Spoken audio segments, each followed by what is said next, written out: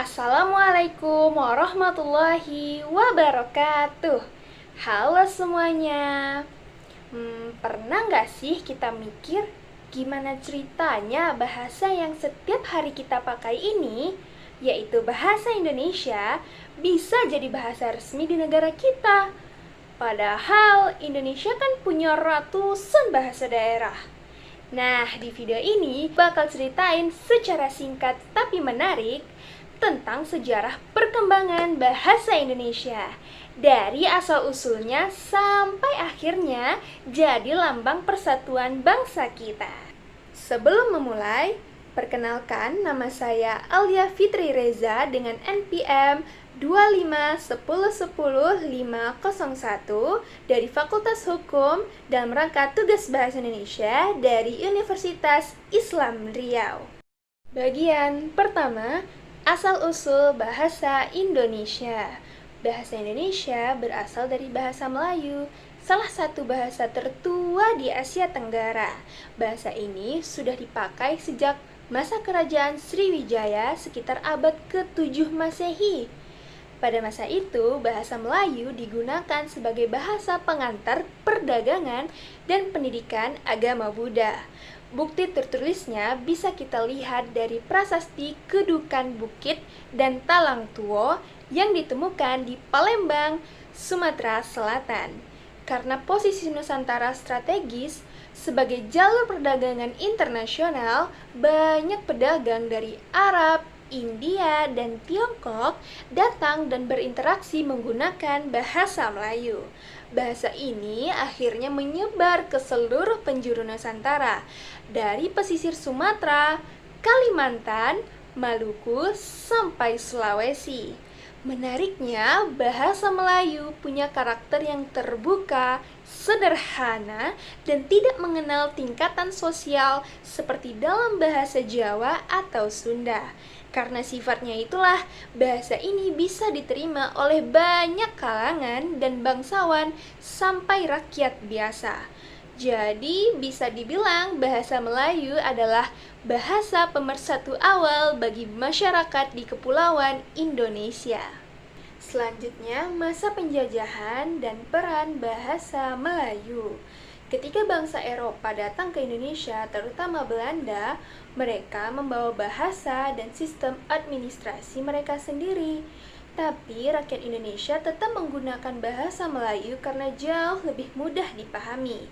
Pada abad ke-19 hingga awal abad ke-20, bahasa Melayu mulai digunakan dalam dunia pendidikan, penerbitan, dan media massa.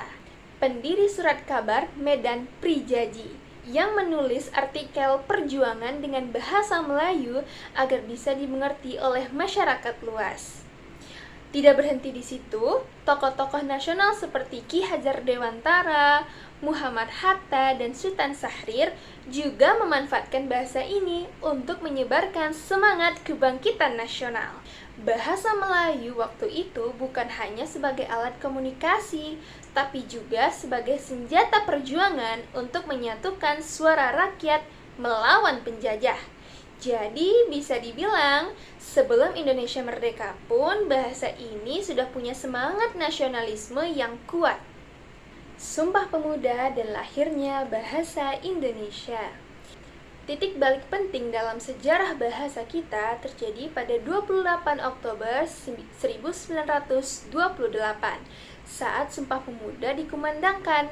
Dalam ikrar ketiga Sumpah Pemuda disebutkan, "Kami, putra dan putri Indonesia, menjunjung bahasa persatuan, bahasa Indonesia."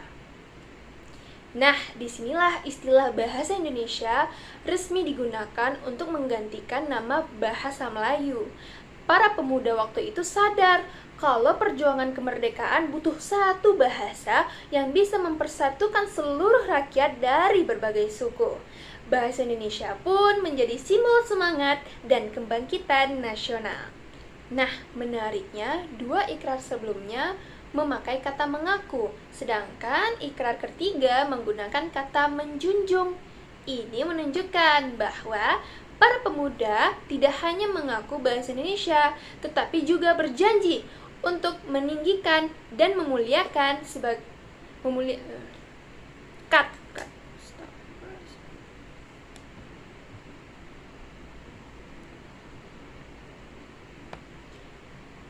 Nah, menariknya, pada dua ikrar sebelumnya menggunakan kata mengaku, sedangkan pada ikrar ketiga menggunakan kata menjunjung. Kata mengaku berarti mengakui sesuatu yang sudah ada dan dimiliki, seperti tanah air dan bangsa. Artinya, para pemuda itu menyadari bahwa mereka berasal dari satu tanah air yang sama dan satu bangsa. Sedangkan menjunjung berarti mengangkat tinggi, menghormati, dan memuliakan sesuatu.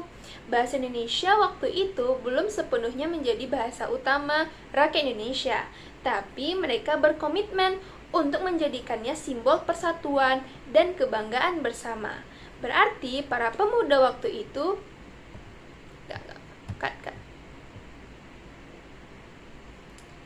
Ini menunjukkan bahwa para pemuda tidak hanya mengaku bahasa Indonesia, tetapi juga berjanji untuk meninggikan dan memuliakannya sebagai bahasa persatuan. Selanjutnya, setelah kemerdekaan dan perkembangan modern.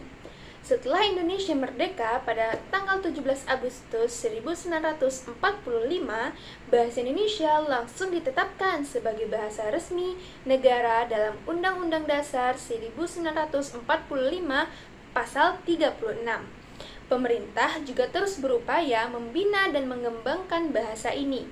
Salah satunya melalui lahirnya ejaan yang disempurnakan atau EYD pada tahun 1972 yang bertujuan menyeragamkan penulisan dan tata bahasa di seluruh Indonesia. Seiring waktu, bahasa Indonesia berkembang pesat di berbagai bidang, mulai dari pendidikan, pemerintahan, media, sastra, hingga teknologi digital. Sekarang bahasa Indonesia tidak cuma digunakan di dalam negeri saja, tapi juga dipelajari di lebih dari 45 universitas di luar negeri, termasuk di Australia, Jepang, dan Amerika. Artinya, bahasa Indonesia sudah diakui sebagai salah satu bahasa besar di dunia. Jadi, kalau kita lihat dari perjalanan panjangnya, bahasa Indonesia bukan sekedar alat komunikasi, tapi juga simbol jati diri, perjuangan, dan persatuan bangsa. Dari bahasa Melayu kuno di pelabuhan, berkembang jadi bahasa perjuangan, hingga kini menjadi bahasa yang mempersatukan lebih dari 270 juta penduduk Indonesia. Sebagai generasi muda, tugas kita bukan cuma memakainya, tapi juga menjaga, mengembangkan, dan bangga dengan bahasa Indonesia. Karena lewat bahasa, kita bisa menunjukkan siapa kita di mata dunia. Terima kasih sudah menonton, mohon maaf apabila ada kesalahan. Terima kasih sudah menonton, mohon maaf apabila ada kesalahan. Wabillahi taufiq wal hidayah. Wassalamualaikum warahmatullahi wabarakatuh.